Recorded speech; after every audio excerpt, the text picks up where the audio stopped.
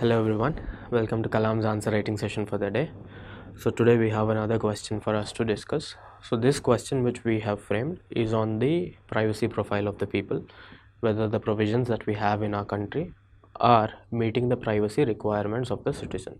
This is a question that has been asked today, and this question has been asked under GS3, under internal security, under the topic of cyber security. Okay, so this is basically a GS3 based question. So why did this question come up today? It is because in the past one or two days there was discussion on this personal data protection bill that the government is trying to discuss. This personal data protection bill has certain provisions, and experts are under the opinion that these provisions are diluting the norms of privacy that are present in the country, and in this particular context, privacy concerns, cyber threats, internal security threats are an important topic of discussion. So a question has been framed. So as usual, we will go forward and develop a structure for our answer with the usual introduction, body, and the conclusion format. Before we move forward, we will put down certain prerequisites that are important for a cyber security based question, for an internal security based question. So if it were a general internal security based question which was talking about borders as such, or border management and so on, or Naxalism, we would have talked about everything in terms of a single diagram, and putting that diagram increases the visibility of our answer. But this question is specifically in relation to cyber security.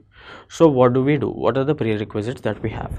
The first thing you have to keep in mind is the usage of acts, policies, and organizations.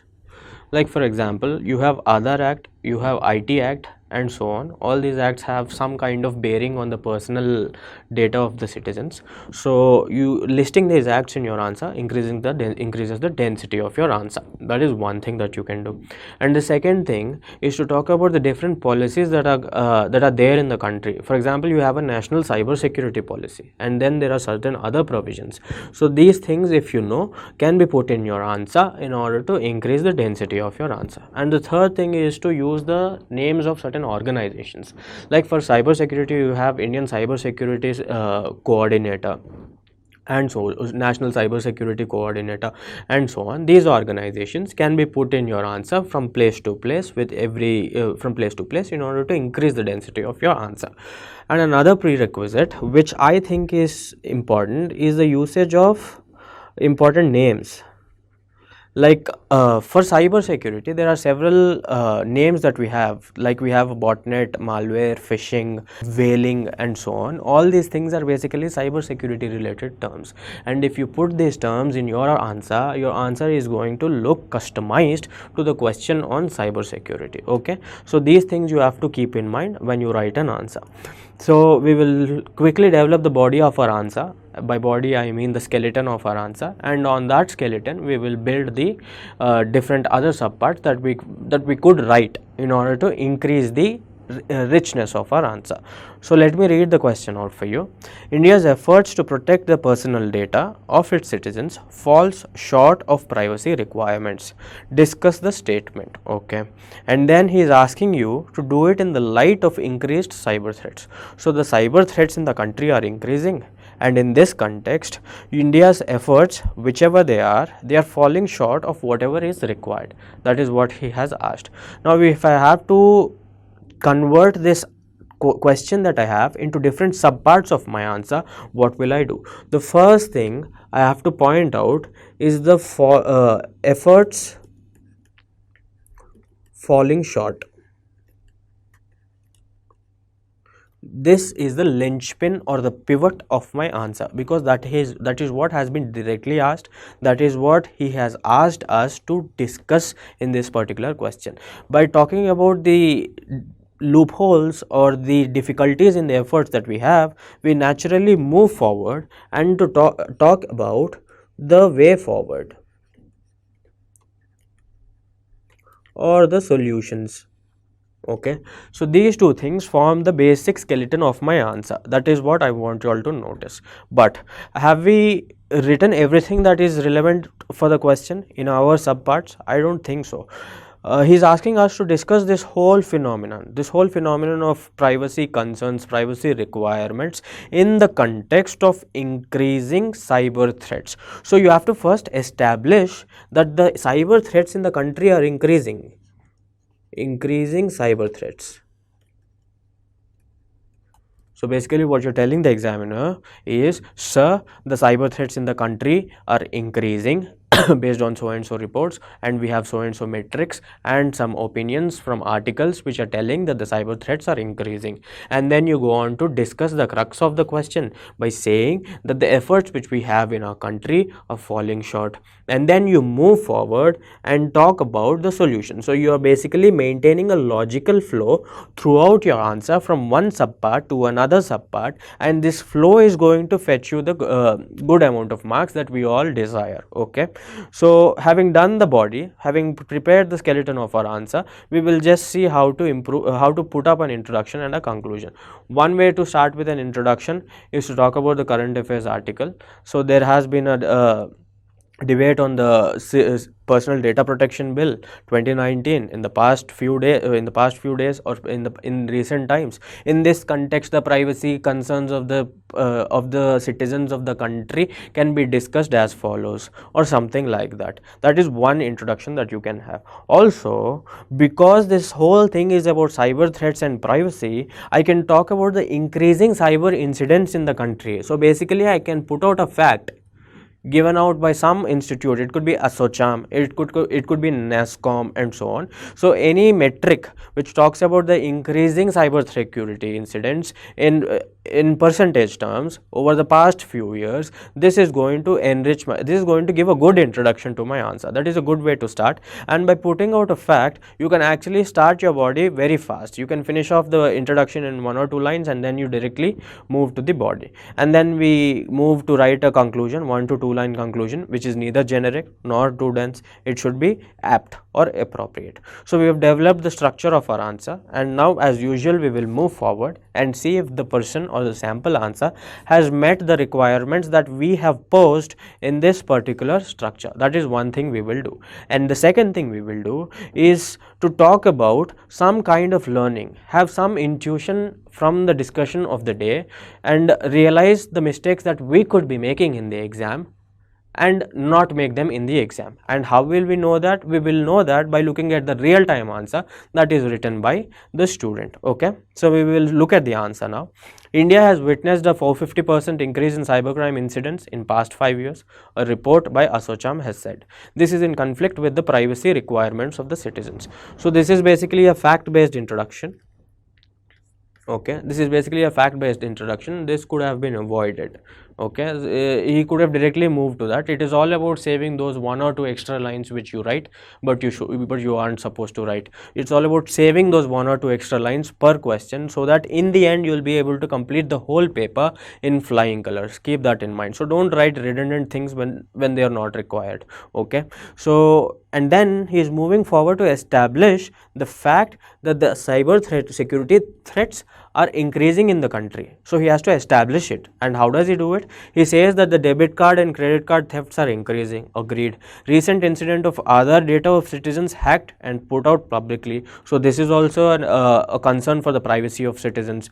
And then the private and public companies affected by malware, ransomware, botnets.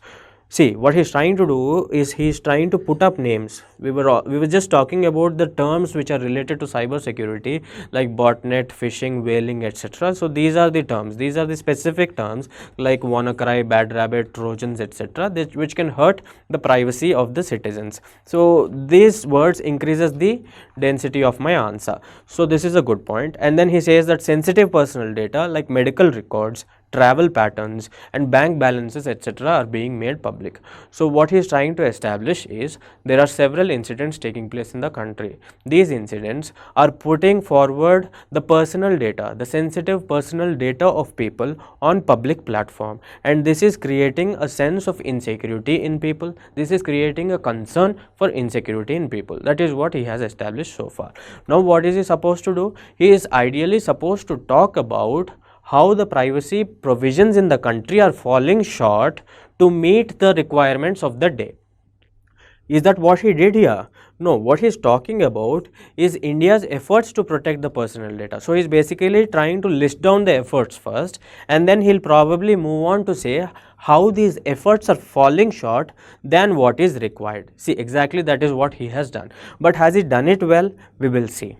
Okay, so what are the provisions that are present in the country to protect the personal data? One, you have the IT Act 2000, Aadhaar Act, etc. have provisions which are related to sensitive personal information. Good. Several committees have been put up on this particular topic. You have Shah panel, Sri Krishna committee, and so on. Good. And then he has moved on to say that Supreme Court itself has given further impetus to this situation by saying that right to privacy is basically a fundamental right under Article 21. Okay, that is good. He also mentioned Puttaswamy case. That is good. He is actually making the answer quite dense by increasing weighty words, by putting up words like Puttaswamy judgment, organizations like Indian Cyber Crime Coordination Center, Cyber Security Policy, and so on.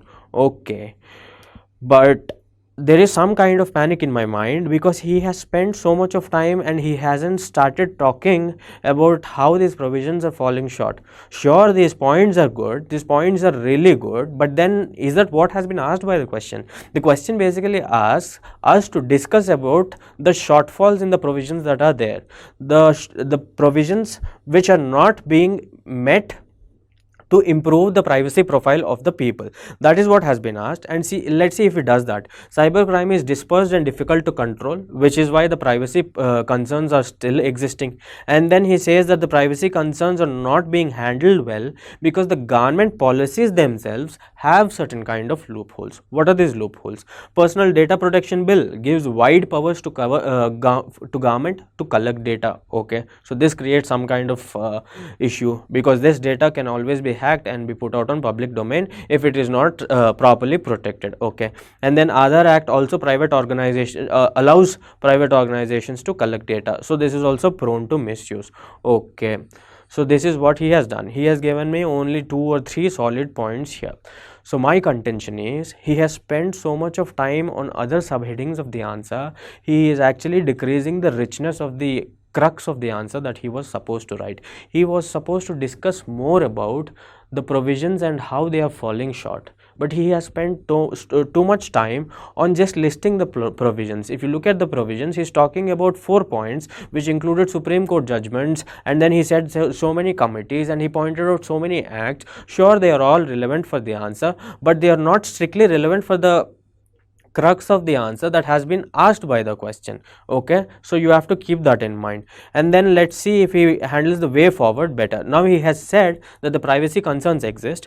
Now he is trying to tell you that there are certain provisions that you have to put up to increase the security profile of the privacy data. What are they? Implementation of Sri Krishna committee data recommendations, and then you have balancing security, national security concerns with personal data. Okay, and then you have to regulate social media, because social media apparently is the platform where most of the personal data gets misused.